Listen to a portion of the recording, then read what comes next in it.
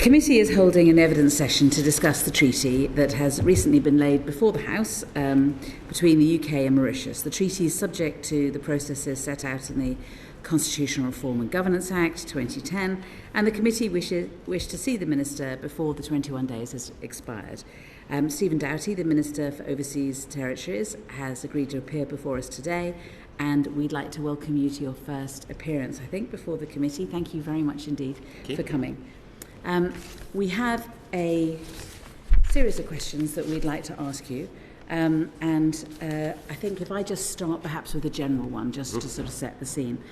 So can you briefly explain why the government signed the treaty with Mauritius with regard to the Chagos archipelago rather than resisting the legal pressure that was exerted on you? Absolutely. Well, it's a pleasure to be here. Thank you, Chair. Thank you, members of the committee. First and foremost, I think it's important to recognise how crucial Diego Garcia is to our national security and that of our allies. It's an essential military base. It's kept us safe for decades, and in the volatile world that we're in, obviously, it's a very, very important part of our national security apparatus. It has unique and vital capabilities which help us understand and anticipate those who seek to do us harm, and has helped prevent some very, very serious threats to the UK. And obviously the strategic location of the base is also very, very important. Essentially, though, we inherited as a new government a situation which was begun under the previous government. 11 rounds had failed to secure the base for ourselves and for our allies, and if we had not acted and had not concluded the deal the previous government started, the security of the base would have been compromised, with disastrous implications for our safety and that of our partners, including the US. Doing nothing was not an option, and Chair, you quite rightly asked about the legal situation. Without this deal, it was inevitable in our view that Mauritius would pursue and secure a legally binding judgment against the UK, and indeed legally binding provisional measures could also have been secured within weeks, for example through the arbitral tribunal under the Law of the Sea Convention, affecting, for example, our ability to patrol the waters around the base, and indeed everything from protecting the electromagnetic spectrum from interference, securing access to the base, overflight rights, contractor rights, ability to support the base's critical functions. All of those things could also be compromised in due course. So essentially this deal was absolutely necessary. This was, of course, a fact that was recognised by the previous government. It's why they started the process. It's a challenge I've put to them on a number of occasions, and we've concluded it in a way that secures the long-term future of the base. It's been supported by the United States, it's been supported by our Five Eyes partners, it's been supported by India, and I think it sets the security of the base and its functionality on a very secure footing well into the next century. Thank you. Are there other countries that have sovereignty disputes with the UK? And are we likely to see them pursuing those through the courts? So the position regarding Diego Garcia and the Chagos Islands is, of course, a unique situation. There is not a comparison with other issues, and I think actually some of the suggestions that there are have actually been extremely unhelpful and unwelcome, particularly in the House and in the media. You'll note that, for example, the Chief Minister of Gibraltar came out very strongly supporting this deal. Indeed, residents of the Falkland Islands also recognise the importance of this deal. But the fact is that these are all very, very different and distinct circumstances. This was one where there was a unique situation, and our very clear view, and indeed the view of the previous government, was that the legal position was not sustainable. But most crucially, it wasn't just the legal position in of itself, and we're a government that believes in international law and the rule of international law, but it was also that this would fundamentally impact on the operations of the base, both in the short and medium term and indeed the longer term. Now, are we confident that Mauritius will take this agreement as sort of full and final settlement, or might they take the Chagos Islands and its ownership and everything around it back to the courts again in order to be put into an even stronger position? No, I mean, this is an international treaty, and once it's been through its ratification processes, it's binding on the UK and Mauritius, and indeed, we've entered into this in good faith. They've entered into this in good faith, and we're confident that the deal is fully compliant with a series of other international obligations. So it will be a binding treaty on us both. Okay, good. I think Dan's got some questions. Thank you, Chair. Welcome, Minister. I just wanted to ask a couple of questions about the scrutiny of the treaty so far. So I think you gave evidence to a House of Lords committee recently setting out that the bill that will be presented to Parliament will be an opportunity to scrutinise the treaty. But as this has already been agreed with the government of Mauritius, really we can only give effect to that agreement. Is that right? So the scrutiny process is the normal one for a treaty of this nature. It's the 21 sitting days. It's obviously received a huge amount of scrutiny in both houses. I think I've lost track of the hundreds of questions that I've answered on it, quite detailed questions. And indeed it's been subject as well during the process to multiple urgent questions, debates, and of course scrutiny of your committee, indeed scrutiny of the committees in the Lords. So I think that's pretty standard for a treaty of this nature. And of course the parts of it that are going to be in the bill that you refer to, Mr. Carden, are will of course go through the standard procedure for any piece of legislation. So I'm sure committee members will want to scrutinise those in due course when we publish the bill. So before you move on, I mean, so you're saying that it's not going to go through the House under the CRAG process. It's going to go through the House in an ordinary legislative process. No. It's going through the CRAG process now, the treaty, but there will also be a bill to bring into effect a number of aspects, and indeed secondary legislation as well, that will bring into effect a number of the specific provisions that require primary and secondary legislation. So actually there's not only the opportunity through the CRAG process, but there's also the opportunity through the scrutiny of the legislation that will be put in due course. Okay. If you could just whisper to us, and we promise not to tell anybody else, right? Don't you think the CRAG process is something from the 19th century and actually ought to be thrown in the Thames so that we can have a little bit of democracy in this place and we can have a vote and a debate on treaties when they're brought, when you sign them? I certainly feel very well scrutinised, Chair, over this treaty, and indeed other treaties. I mean, I appeared before the Lords on the Ukraine UK 100-year treaty, and we have a number of other treaties in the works, which I'm sure are going to attract a lot of scrutiny as well. Look, that fundamentally is a matter for the House and for colleagues who deal with the Constitution. But I certainly feel that this has received very, very adequate scrutiny in this House, and will continue to do so.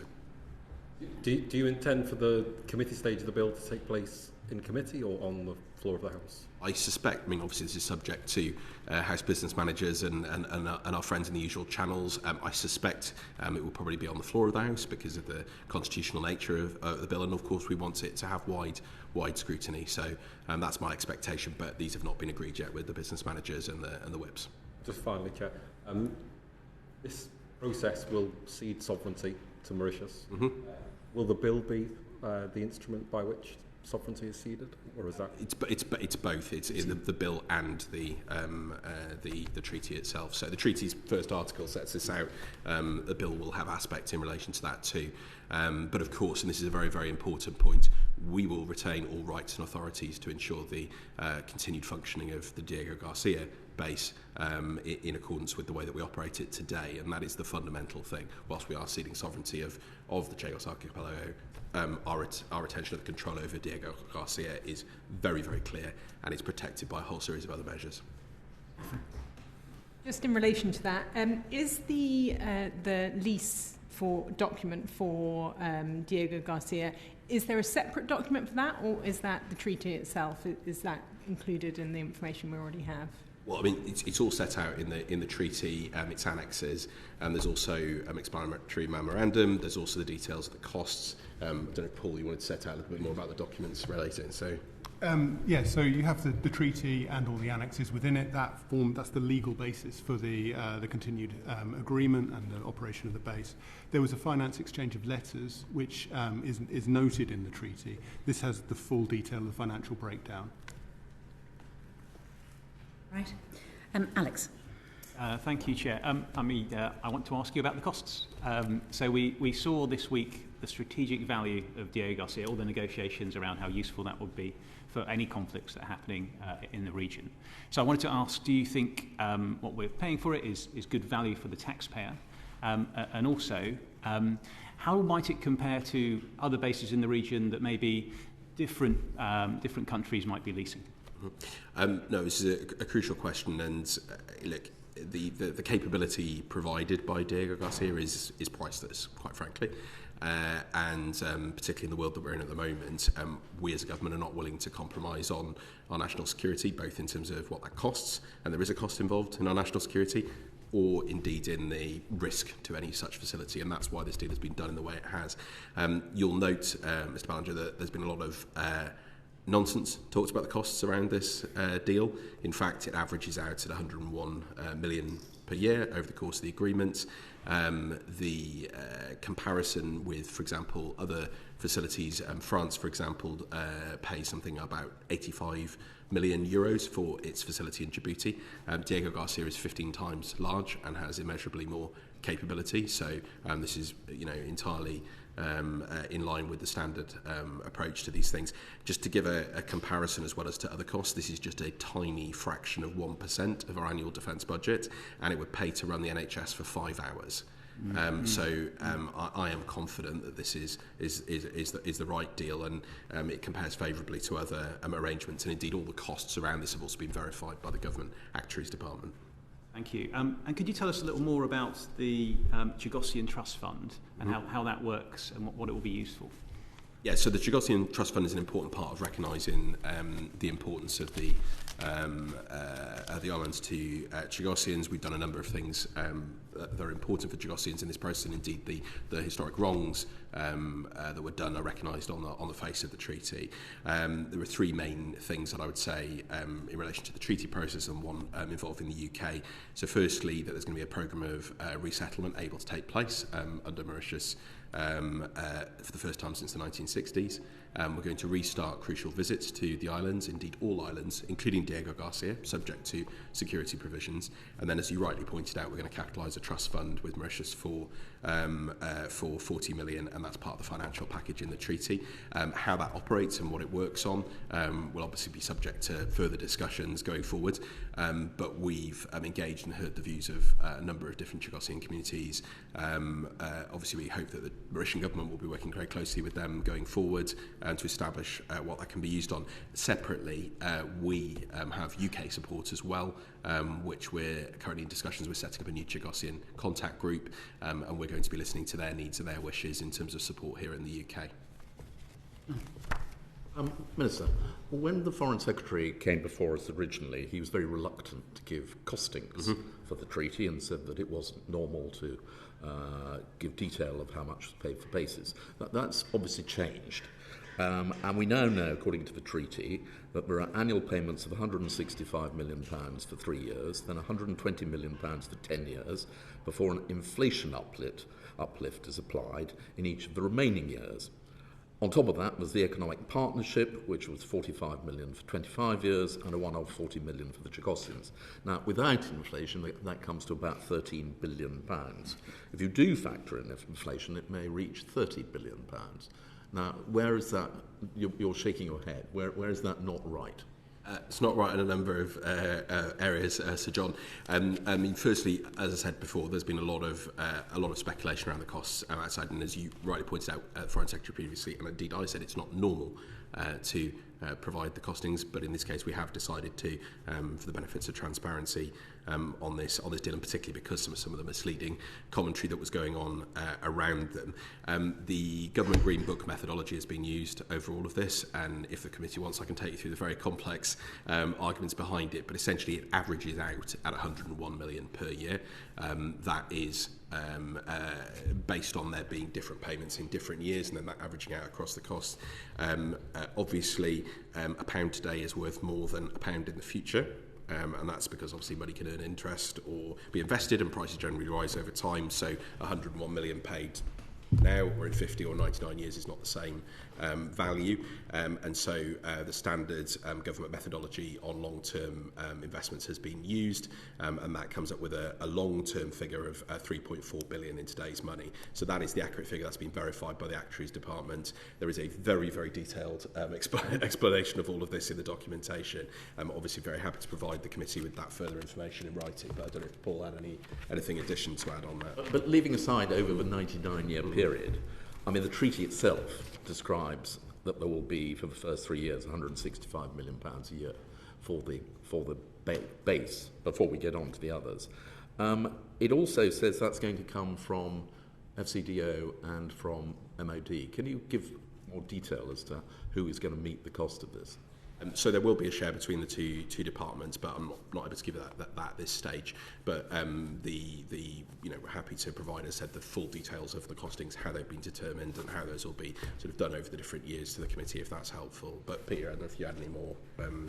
There's not a lot more to say other than in calculating the net present value, it is precisely the processes set out in the Green Book. So the real value is calculated using the OBR forecasts, which are set out in the annual reports, and then it has a social time discount value, which again changes over time, but it's all as is set out in the Green Book. So the methodology is precisely the same as the government uses for long-term programme costings, and it's used essentially to provide accurate comparisons, so you can compare the utility of this investment versus other ones across the whole range of government activities. So it's really quite the standard way of calculating things. And you're not able to say how it's divided between the two departments.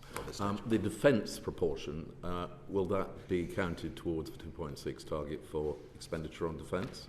Very, very happy to set all that out in writing to the committee. But what I will say is that when you make that comparison, even if Ministry of Defence was paying the full amount here, which it isn't, it's just a fraction of 1% of the total annual defence budget. So, and as I said, one thing here that we've got to remember is that it is the value to us of this facility is, as I said, quite frankly, priceless. But it's certainly significant multiples of the investment that's put in by ourselves, or indeed the United States, who pay operational costs in relation to the base. The US are paying operational so costs. The US pay for the operational costs, and again, this has been something that's been Do you ever think of somewhat asking misunderstood. the US to pay a bit more? Well, I can assure you that what the US puts into this operation, and it's not for me to comment on, is again significant multiples of the cost of this arrangement. So the US thinks this is a good deal, but that's perhaps not surprising since they're not actually having to pay for it. Well, the US, as I said, pays significantly more than we do in terms of the operational costs of the operations from the base. And in the end, this is a facility which delivers for the national security of ourselves, the United States, Five Eyes partners, and indeed other allies. Again, we're not willing to scrimp on that, and neither is the United States. And finally, is any of the Foreign Office contribution going to come out of the ODA budget? No. No. Okay. Edward. So John has done an exceptionally good job of answering all the questions that I intended to ask. Apologies. Which is fine. Something else. Does the US pay anything directly to the UK in terms of a rent for the base? No. And that was, by the way, that's also, for those not familiar with the original arrangements with the United States, there's an exchange of notes and which established the relationship, and obviously that was part of that original arrangement with the United States, which we're also required to uphold. Regardless of the weighting of the 250 million year one cost, it's not 250, 165. It's 165 year plus 40 Yeah. plus 45, so that's 250. That's the separate. I understand, but all I'm doing is adding together the three amounts of money we're going to give them and coming to 250 million. So if we're giving Mauritius 250 million pounds in year one, what percentage of that? I appreciate you don't know yet what the weighting of the split will be between the MOD and the FCDO, but my question is, does next year's FCDO budget account for any part of this payment, or are you going to have to find that money through further savings? I mean, the FCDO budget is being set in relation to the settlement we've just received under the spending review. We haven't gone into the detailed allocations yet, but I'm absolutely clear that obviously this has been factored into our budgeting and long-term planning. And as I said, it's very, very important. Of course, not we can pick out any one individual figure, but we have to look at the average cost over the lifetime, and of course the value that comes from this facility as well, which is absolutely critical both to FCDO, MOD, and indeed our allies. I understand the value. I'm just trying to understand what the impact is on the bottom line of FCDO spending over the next year or 3 months, because we will be undoubtedly scrutinising the FCDO budget as well as part of our remit. So, do you want to? Sorry, it was just really as a point of clarity. The 45 million for the development fund only comes in the third year, at which point the annual payment reduces to 120. Sorry, fourth year. So it never actually hits 250. And the 40 million for the Chagos fund is a one-off year one cost? Second year, in year two cost, yeah. One-off.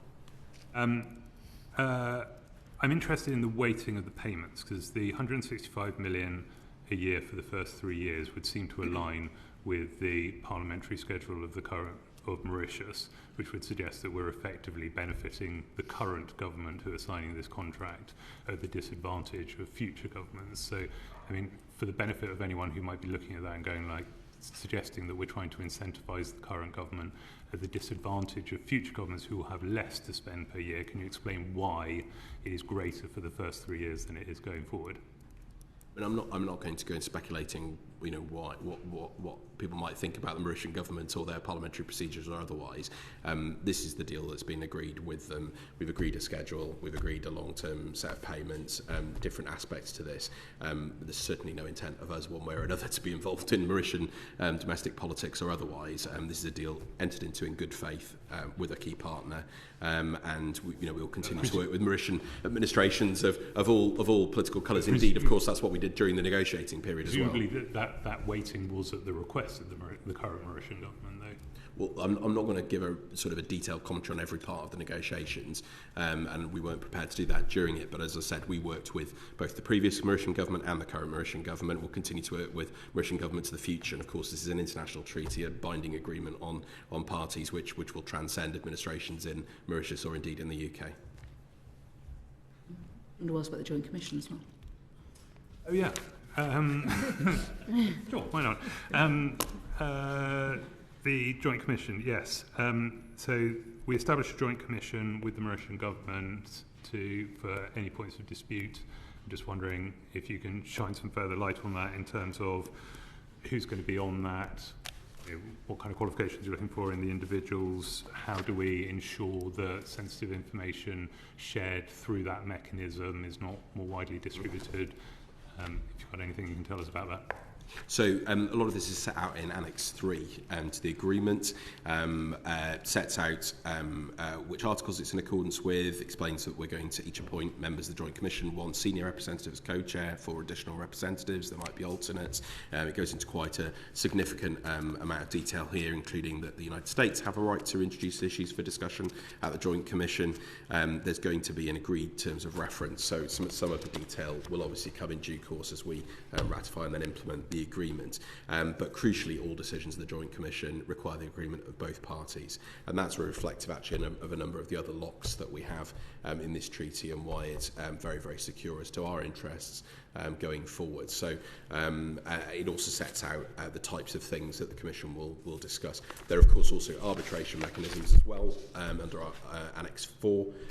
So we're confident there are various different dispute resolution mechanisms, but equally that there are very clear locks in that process as to protect our crucial interests. Are those political appointments or diplomatic ones? I mean, does the Prime Minister retain the right to change memberships as they see fit?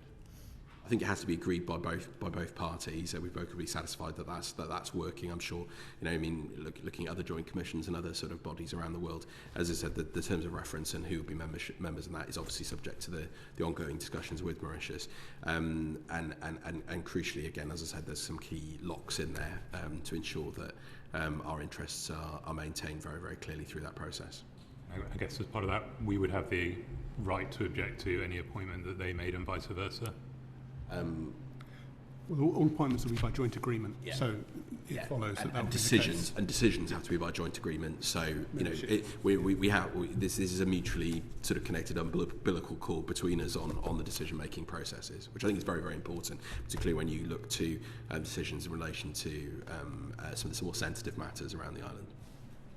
Okay, let's get on to the base. Blair. Thank you, Minister. Thank you, Chair, rather, and thank you, Minister. As Sir John sort of intimated when the committee were recently in Washington, the administration there couldn't have been more enthusiastic about this deal. But despite that, in the background sort of commentary to it, there's been a sort of constant discussion about whether this opens us up to increased risks with regards to competition with China between ourselves and the United States in the region. Are you concerned about threats around that as you've changed the status of the base? Well, of course we're worried about threats in the Indo-Pacific, but that is very much why we've had to do this deal and to secure the long-term future and operation of the base. fundamentally because, of course, if we didn't do this deal and secure the operational future, then others may have come along and either tested through those legal processes or seek to take advantage through those legal processes and affected the direct operational integrity of the base, but also in the end potentially come along and pay for things as well. So this is something that sets the base on a very secure future. Ultimately, it went through a very robust interagency process in the United States, and it's been welcomed across the national security spectrum in the United States, and as I said, also welcomed by Five Eyes partners. And you will know, Mr. McDougall, that that's a very high bar. So in terms of particularly the security provisions that are in the treaty on what can happen on outer islands, what can happen around Diego Garcia, the buffer zone, the protections around the electromagnetic spectrum and so on, these are very, very, very robust and would indeed prevent the activities of hostile forces on the outer islands or indeed in the vicinity of Diego Garcia. In terms of the robustness of the deal for the long term, I mean, Mauritius is a country with strong and increasingly strong links with China. I mean, there's obviously a very large Sino-Mauritian population. The Mauritius government recognises the PRC's interpretation of Taiwan status. They funded their international airport. Are you worried about any potential for the deal to be undermined in the long term as sort of politics and geopolitics changes? I mean, I'd look again at what the US said and what the Defence Secretary in the United States said about this and the support for the deal. Ultimately, Mauritius' closest partner, aside from us in relation to this treaty, is of course India, and you will know Indian-Chinese relations are complex. So. We are absolutely clear that there are the provisions in place for the security of the base and the outer islands, and ultimately the United States would not have signed up to this deal or supported it if it did not feel that there were those provisions in place. Obviously, it's not for me to comment on Mauritius' wider sort of relationship with any other country. That's for them to determine. It's as I said, India, who's primarily been their closest ally in a range of spheres. Okay. Yeah, Minister, we've covered a lot of the detail and the payments and all that. Just on the issue of sovereignty, every issue nowadays is polarising. This is one, and I can sense your frustration in sort of how this has been used politically. Mm-hmm. But on the issue of sovereignty, there are many people out there who care deeply about British sovereignty. Mm-hmm. They will consider whether British sovereignty is under attack from an army or from an international court, the response of a British government should be to step up and defend that sovereignty. So you've said that doing nothing was not an option. Mm-hmm. Really, wasn't an option just to defend our sovereignty? To use the Department for Defence to say, no, this is British sovereign territory, and if anyone wants to cause trouble with that, will be met by the British Army. Well, the reality, of course, though, and this what I take back to what I said to the chair at the beginning, was, of course, that the ability to frustrate the operations of the base, which is the fundamental issue here that's at stake, is absolutely essential. So if we'd have seen interim measures, eventually a binding judgment that had started to affect both the maritime domain, the electromagnetic spectrum, ability to supply the base, overflight rights, let alone challenges in other bodies, which we'd already started to see, then that affects the actual operational nature of the base. And that's what matters. It would be our defence forces who would be deployed to deal with those threats, no? Well, there are, and I'm not going to go into the operational detail of what's on there, but I certainly don't think we want to be, entering into sort of any sort of confrontational, challenging implications around there. We're very capable of defending our interests on Diego Garcia. I think for community members who aren't familiar, of course, is that the Chagos archipelago is huge. This is a huge maritime area, many islands, some hundreds of miles away from Diego Garcia.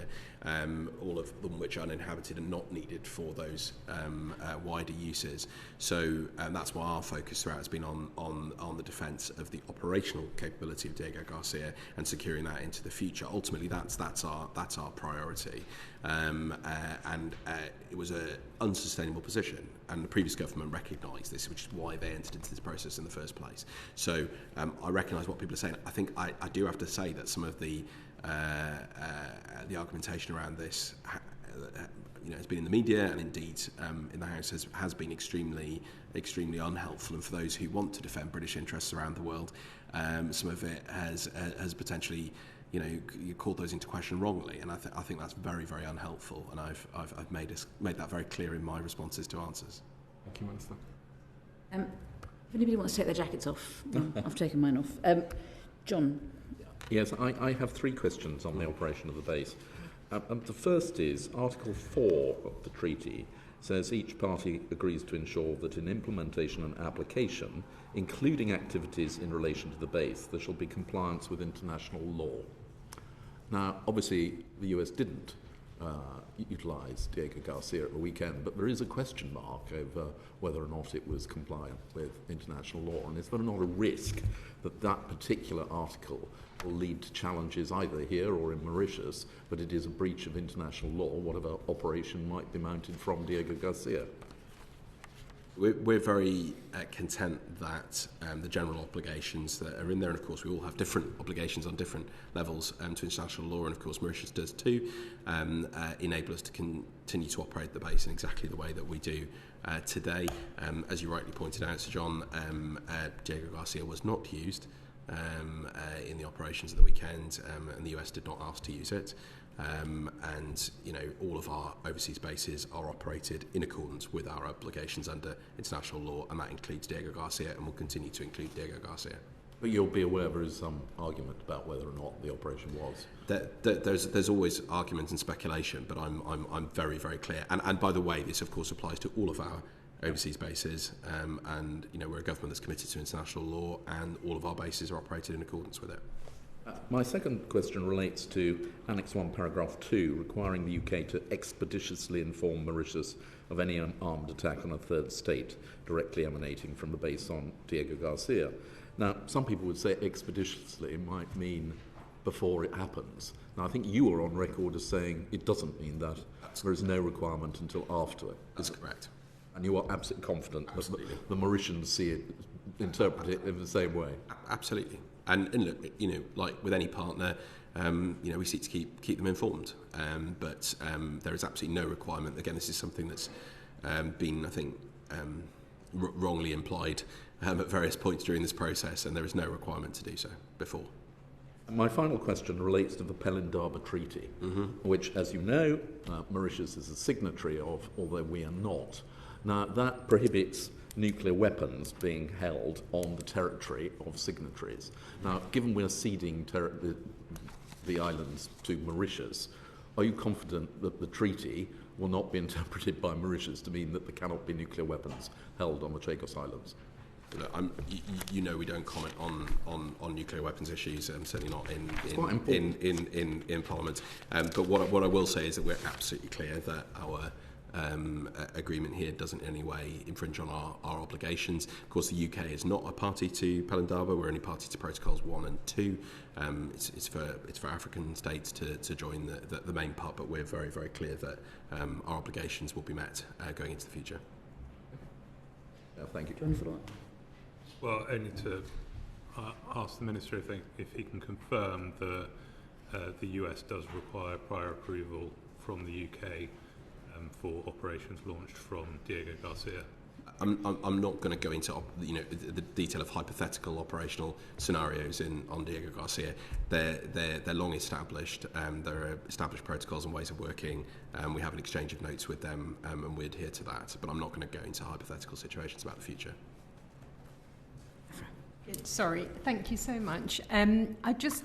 Before I move on, because I wanted to ask about some things in relation to the Chagosian people, I just wanted to follow up on a couple of questions on the points we've been talking about with the base. Just to clarify on the questions that Sir John Whittingdale asked, can you then confirm Does this mean that treaties that Mauritius has signed, like the African Nuclear Weapon Free Zone Treaty, will apply to the Diego Garcia base? We're not a party to the Parliamentary. I understand we're not a party. I'm asking whether, because Mauritius has sovereignty over all of the islands, whether that means that those laws take precedence in Diego Garcia. We're absolutely clear that the base will continue to operate as it always has done, and we will be compliant with our international legal obligations. And I understand you're saying it will operate as it always has done, but just to come back, I'm saying in the future, so not necessarily as it always has done, does it mean we now have to comply with these Mauritian treaties that Mauritius has signed up to, the laws they have signed up to? We're all signed up to lots of different treaties. No, I understand that, but I'm specifically asking about what Mauritius has signed up to. We're confident that nothing in this treaty conflicts with our abilities to uphold international law and indeed to continue to operate the base as it does today. Okay. And if I may, Mr. Morello was asking about the relations with the United States. I would just draw your attention to paragraph 3 of the 1976 exchange of notes, which has all the information in here, which is the use of the facility shall be a matter of the joint decision of the two governments. So, but as I said, there's a whole series of sort of operational details below that and alongside it, which ensure that it functions in an effective way. So, thank you. Hopefully I that's appreciate sufficient the for you. clarification. Yeah, I look forward to reading that. Just outside of the 12 nautical mile limit around Diego Garcia, is Mauritius permitted to have themselves security or military forces beyond that 12 nautical mile limit? And do they need to notify us as we need to notify them? And could potentially they have military advisors or observers from countries other than Mauritius?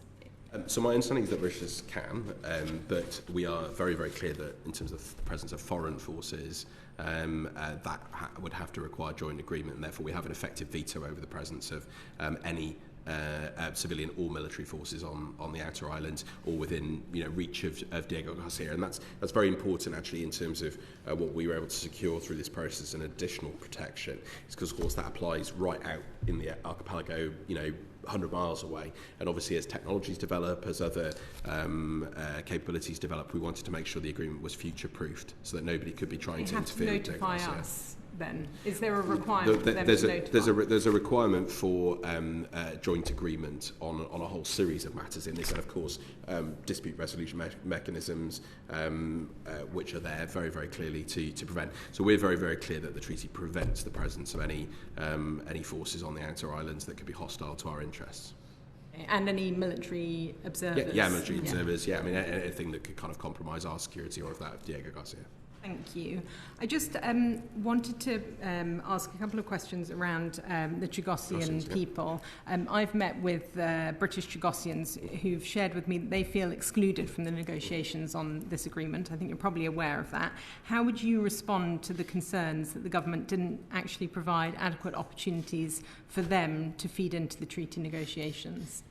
So I think the first point is that this fundamentally was a negotiation between two states, between the UK and Mauritius. Nevertheless, I've engaged with Chagosian groups on a number of occasions. I think it's worth recognising there is a wide range of opinion in the Chagosian communities. There are some Chagosian groups, Chagosian Refugees Group, for example, who are very strongly in support of this treaty. There are others who are, as you say, opposed. What we have attempted to do is ensure that Chagosian interests were reflected throughout this process, and obviously if you look at what's going to be able to happen now in terms of resettlement, in terms of visits, in terms of the Chagosian Trust Fund, in terms of the support that we're providing in the UK, which I've been very clear needs to be led by Chagosian interests, and it's why we're establishing a new Chagosian contact group, and I look forward to engaging with them in the future. The Foreign Secretary and I met with a number of groups on the day of the treaty signing, and indeed officials and teams continue to engage regularly with a range of views in the community. And it's worth remembering, of course, Chagosians are all around the world. They're in Mauritius, Seychelles, UK, and obviously they also retain their ability under the previous agreements to acquire UK citizenship while that agreement lasts. I think it's to 2027, I think. They can acquire, and obviously a number of Chagosians have chosen to acquire UK citizenship. But this was a negotiation between two states. Just in your answer, you mentioned again the Chagosian Trust Fund, and I know you noted in an earlier answer that you hoped that the British Chagosians will be given a say in how that £40 million trust fund is spent. Why didn't you agree a joint governance model for that, which would have meant that you weren't relying on hope alone? No, well, there have been extensive discussions with the Mauritian government about this and the nature of the trust fund and how it's going to operate. And, we are, ultimately, though, it will be their responsibility. I don't shy away from that. This is for Mauritius to operate. And obviously, there are many, many Chagosians in Mauritius who are very supportive of this process and no doubt will be engaging closely with the Mauritian government going forward. What I was speaking about, a contact group for engagement here, that is in relation to the support that we provide in the UK, which has been being provided, and we look forward to continuing to work with them and make sure that meets needs and requests, whether that's on funerals, whether that's on heritage, whether that's on support to the community here. And we've already had a number of very interesting suggestions. My priority particularly is to get those visits back up and running, because I think for many Chagosians I've spoken to, they really, really want to be able to go back and visit, including to Diego Garcia, and that's going to be able to happen for the first time in many years. Just thinking about the Chagosians community that are here in the UK, why does the treaty not include explicit guarantees for their right to return, particularly those who are either born in exile or descendants of the displaced population? So we're very, very clear that what happened historically was wrong. I mean, it's reflected on the face of the treaty. But the islands were never self-governing. They were never having a permanent population, and therefore, they don't have a permanent population now, and they've never been self-governing. And there were a number of court cases previously on these matters. There were payments that were made in full and final settlement in the early 1980s. There have been a series of proceedings that have all ruled on this, and on each occasion, the English courts and indeed the European Court of Human Rights has ultimately dismissed the claims. So that is the fact. I appreciate that there are a number of people who remain deeply dissatisfied with that, and obviously just historically to clarify, you think it's right that the British Chagosians have no right to return? Well, the British Chagosians will have the ability to return under resettlement. We, probably for the first time, most likely time that many of them would have had a chance, and crucially, an ability to visit with the visits only programme. If Mauritius allows Mauritius that to be the case. Mauritius will be responsible for resettlement on the outer islands. So we don't know if they will or not. Ultimately, this is going to be for Mauritius to determine. However, this provides the best chance possible for people to be able to return. Of course, it's worth remembering that on the outer islands, there is not infrastructure, there is not any way of inhabiting those islands at the moment, except for very temporary periods of time. And actually, this provides a unique chance why many of the Chagosian groups do welcome this deal. And in terms of the bit that we have control over, which is the ability to set up the visits and get those going, that is an absolute priority for us to get that happening as soon as possible. Just because we have ceded, obviously, control, but just to be clear that I'm right in understanding that essentially under the agreement, the resettlement agreement that we've got, it's possible that people of no kind of Chagosian descent or link to the islands could resettle, whilst at the same time, potentially British Chagosians could not. So the previous government decided there'll be no resettlement of the islands back, I think it was in 2016. This is a deal that this government has agreed. This is a process and a discussion that's been going on for many, many, many years. I understand that, but it's been signed under this government. Yes, so I'm just trying to clarify whether you think it's right that British Chagosians potentially won't be able to resettle there, whereas people without any link to the islands with respect, you're speaking of hypotheticals. This will allow resettlement of the outer islands, and we will be re-establishing the visits to the islands, including to Diego Garcia, and that's certainly a thing that I've had raised with me by many Chagosians in this country and those outside as well. Thank you. I want to turn to the environmental protection. Because for people watching, they may not really even know where the Chagos Islands are.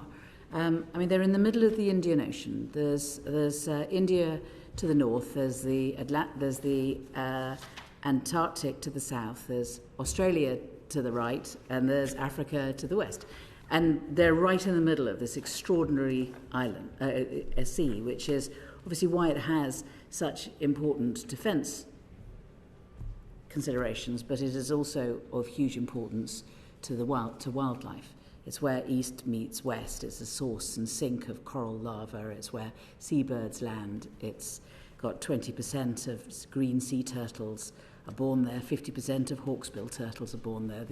It's for 15 years. It's been an area of marine protection. No one's been living there apart from the people in Diego Garcia. It's the size of France. It's completely and totally unique. And whilst we talk about sovereignty and defence, there are other aspects of this area as well. And I think that many people, if they knew how extraordinary the Chagos Islands were by way of wildlife, then they might well be extremely concerned that any treaty passing over these islands to the Mauritians was watertight in terms of ensuring that the wildlife is also protected. And we've got somebody from one of our sister committees here who wants to ask some questions about it. Yes, thank you. So I'm a guest from the Environmental Audit Committee. Thank you for coming along, Minister.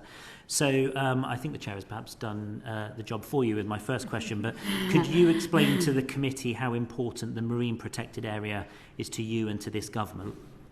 Well, very, Mr. Stevenson and Chair, and you know, Chair, that we've spoken about this before, and these issues are very important to me, both in relation to the overseas territories, but more generally, and they are to the Foreign Secretary and colleagues. And you'll be pleased to know that actually just at the Oceans Conference in Nice last week, the DEFRA Secretary of State met with the Mauritian Prime Minister and actually discussed the cooperation in relation to the Chagos Archipelago, and the Prime Minister of Mauritius reaffirmed his commitments to the creation of the marine protected area and the importance of collaboration on this. And I think Mauritius has its own ambitions in these areas as well, and we've made very clear our expectations, and that's why we made sure that the establishment of the marine protected area was at the heart of the agreement. It's going to be agreed in a separate written instrument, and our officials have already started the discussions on the detail of that. We will manage the environmental protection on Diego Garcia and up to 12 nautical miles, and then Mauritius will manage the MPA outside of that, and we are working very, very closely with them on the design of that. It's been welcomed, you'll be pleased to know, by a number of organisations, but I particularly wanted to mention ZSL, who've come out and very clear. They said it was good news that the agreement had been reached, and the partnership will protect this globally important marine environment. So that's a very, a very positive sign, and ZSL has also committed to making it a success. So I think there are very, very positive signs to how this is going to operate into the future, and these are important environments, as the Chair said. Good. Well, I'm glad you think it's important, and I'm glad that you've got confidence that the Mauritian government thinks it's important too. We're lacking quite a lot of detail at the moment. So on the 2nd of April, Baroness Chapman came to the Environmental Audit Committee, and she said that she didn't know what the future plans were for the MPA. We're nearly 3 months on. What's the current status? So officials are already discussing, and I'll bring in Peter just to say a little bit more, but essentially we're trying to meet the 30% targets, obviously globally, the SDGs, and we want it to be in line with all the relevant international frameworks, including the IUCN. Just so that people watching understand what you're saying. So the Global Diversity Framework is 30% of land to be protected and 30% of the sea to be protected by 2030. Yeah, and we're looking, by the way, to support Mauritius more broadly on these targets. A key part of our separate partnership with Mauritius is focused on environment and nature and conservation, and so this is sort of a dual way in which we can achieve those goals. But Peter, I don't know if you wanted to add anything. Yeah, sure. So on the detail of the future Mauritian MPA. The Mauritian government held a conference last year, in February last year, which brought together experts from across the scientific community. It was very well attended. It was in Port Louis. ZSL, I think, played a key role in bringing everyone together. There are various sort of agreements, they're not finalised, but plans coming out of that, which include very high environmental protections, continuation of the no-take policy in the vast majority of the EEZ around the archipelago. There is one area where there would be increased fishing, but that's sustainable fishing linked to the resettlement of Chagosian communities. So it's in line with sort of normal practice that it would be a sustainable policy. So if these environmental protections are so important for both governments, why have they not been central to the treaty rather than sort of dealt with in the sidelines afterwards? Well, they are part of the agreement, and they were certainly part of the discussions that we had with them. It was very, very clear from the beginning. In fact, I suppose I could phrase it another way. Why not get comfortable with the agreement on environmental protections before you sign the treaty? Well, the fundamental objective of the treaty is to protect the base on Diego Garcia. So that was our primary objective as UK national Well, we don't security. agree with you. And Some of us here don't agree with you. Some of us think that the wildlife should have come a bit higher up the list. The wildlife is very, very important, but the primary objective here, of course, was to protect the operation of the base and put the situation on a sustainable footing. But this is very, very important. It's certainly going to be a focus for myself and other ministers going forward to get this right. And by the way, this obviously sits within a wider set of commitments that we've made in the other overseas territories. I've worked with a number of them on those commitments. And, whether it's the fantastic work we're doing around Pitcairn or Tristan da Cunha or elsewhere. I was just with the Premier of the Cayman Islands the other day talking about their environmental protection work, which is fantastic, particularly in the ocean environment. So this is a key priority for us. I'm conscious of time, but if I can ask one or two more. Right, I've got a couple of questions I'm going to take. Okay, fine. First, in relation to the no catch, from what I've seen in February, the fisheries minister in Mauritius was quite open to, in the future, issuing fisheries licences. And I think it probably goes beyond the fringes, which you were describing in relation to resettlement of Chagosians. So how are you really going to get comfortable with the Mauritians not just issuing licences such that those seas might be plunged in the future? I haven't seen the fisheries minister's piece, so I think that's probably one for us to go and research what was said, because our understanding is the Prime Minister Ramgalam committed to, restated his commitment to environmental protections only at the start of June.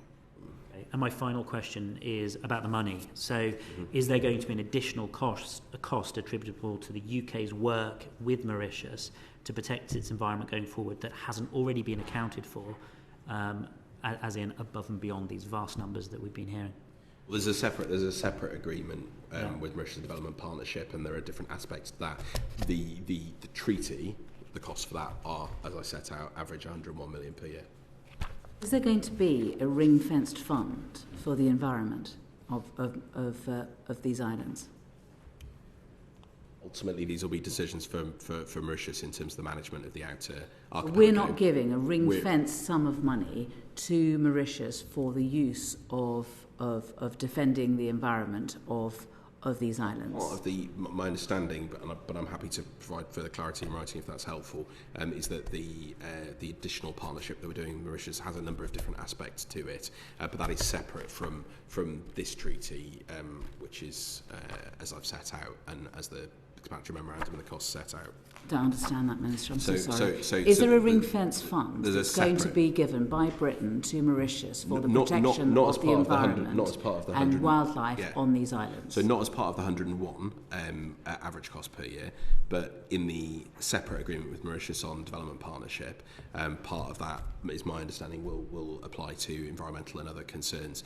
But I'm very happy to write to you separately about that. So there might be money on top of the 101. There is a separate agreement with Mauritius. It involves money. Which involves money, yes, and that's the development partnership. These are primarily partnership initiatives. The details of it fall within this separate parallel agreement that we've started talking to Mauritius about. We've started the negotiation process. You've yet to agree a pot of money that you're going to give to Mauritius to protect these islands, these unique islands. I would say we're committed to a partnership, which is in the treaty and is the detail of which we're working up at the moment. This will include expertise and support, but we're going to discuss that further with Mauritius to understand exactly where they need. We're going to do a complete needs assessment, understanding how their current processes work and how those could then be applied. to the archipelago, and then we'll be reaching an agreement about what precisely the details of that shall be. So at the moment, the archipelago as a whole, the size of France, is protected by us. We've got like one patrol vessel, but there is a patrol vessel. There are rules. People are not allowed to fish there. It is unique. So so I've been hearing about you talking about a 12 kilometre limit, that Britain will be responsible for 12 kilometres and then Mauritius will be responsible for the rest of it. So what I want to know is, how can we be confident that Mauritius is going to protect the rest of this area to the standard that it's been protected before? I hopefully have a little bit more information here on the Strategic Partnership Framework, which is a separate agreement.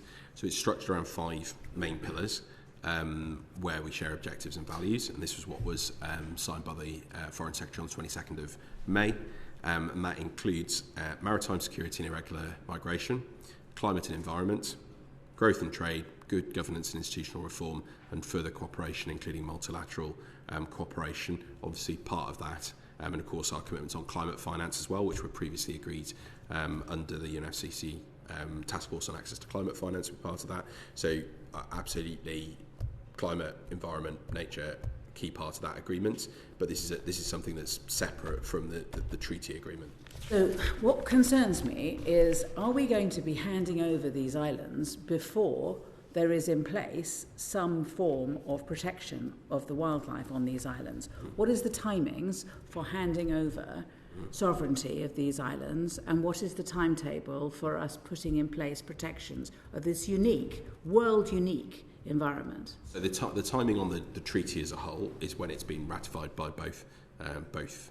What, roughly? You must have some idea of how long that's going to take. We hope that's as soon as possible, but I mean, it's, as you know, Chair, in Parliament, these things are subject to parliamentary business timings and process through the 2 houses. That's impossible to predict. So you're saying exactly. by the end of the year?